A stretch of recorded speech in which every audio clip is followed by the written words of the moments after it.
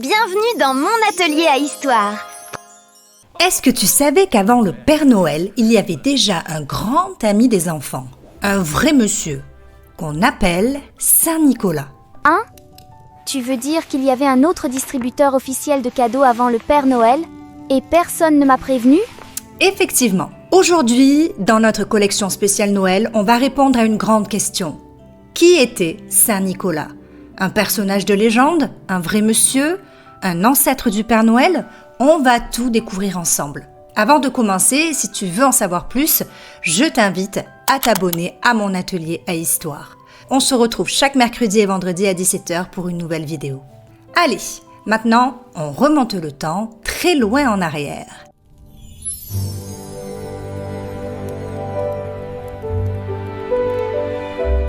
On pense que Saint Nicolas est né vers l'an 270 après Jésus-Christ, dans une région qui s'appelle l'Asie mineure, près de la mer Méditerranée, dans ce qui est aujourd'hui la Turquie. Donc, ça fait plus de 1700 ans? Ça fait, je ne sais même pas combien de calendriers de l'Avent. Oui, ça en fait beaucoup.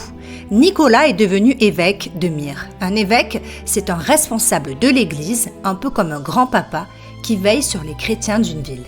Ok, donc il avait une grande cape, un chapeau spécial? Mais il faisait quoi, à part être bien habillé? Très bonne question. Ce qui a marqué les gens, ce n'est pas sa tenue, c'est surtout son cœur.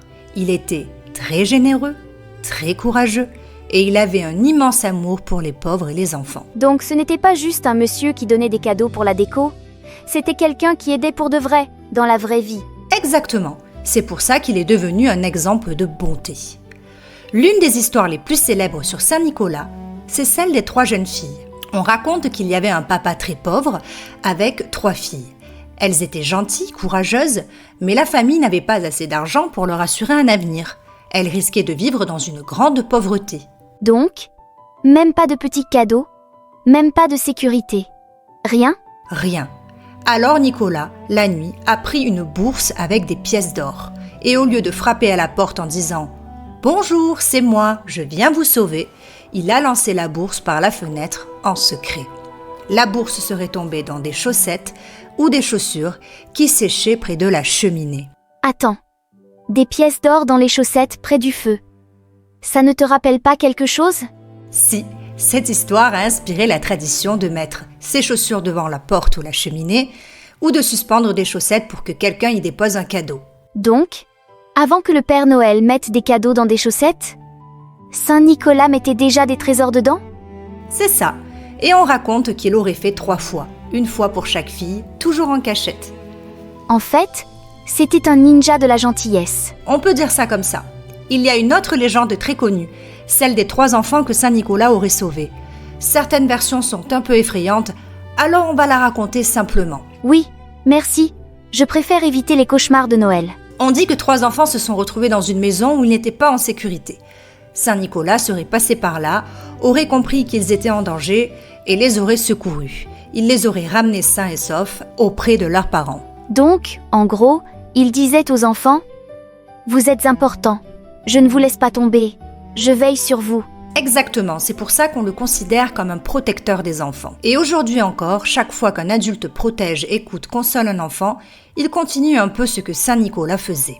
Tu sais, ça me fait du bien d'entendre ça. Parfois, on ne se sent pas très important dans le monde. Alors savoir qu'il y a eu des adultes qui ont donné leur vie pour protéger les enfants, ça réchauffe un peu le cœur.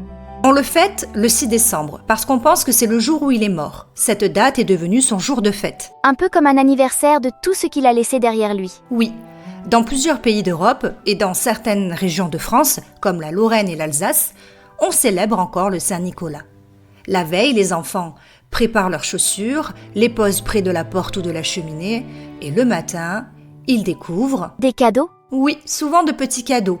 Des mandarines, du pain d'épices, des bonbons, parfois un petit jouet. Donc c'est un peu la répétition générale avant le 24 décembre, quoi. On peut le voir comme ça. Et dans certaines villes, il y a même de grands défilés avec Saint-Nicolas, des chansons et des lumières. Mais alors, comment on passe de Saint-Nicolas à Père Noël? Avec le temps, les histoires de Saint-Nicolas ont voyagé. Aux Pays-Bas, on l'appelle Sinterklaas. Quand les Hollandais sont partis en Amérique, ils ont emporté cette tradition. Là-bas, Sinterklaas est devenu Santa Claus. Donc, Sinterklaas, Santa Claus. Et maintenant, c'est le vieux monsieur en rouge qu'on connaît tous. Merry Christmas, everyone! Exactement. On peut dire que Saint Nicolas est un des ancêtres du Père Noël, celui qui a inspiré cette image d'un homme généreux qui vient la nuit pour apporter des cadeaux. Donc, grâce à lui, aujourd'hui encore, des millions d'enfants reçoivent de la joie à Noël. Pas mal pour un seul homme.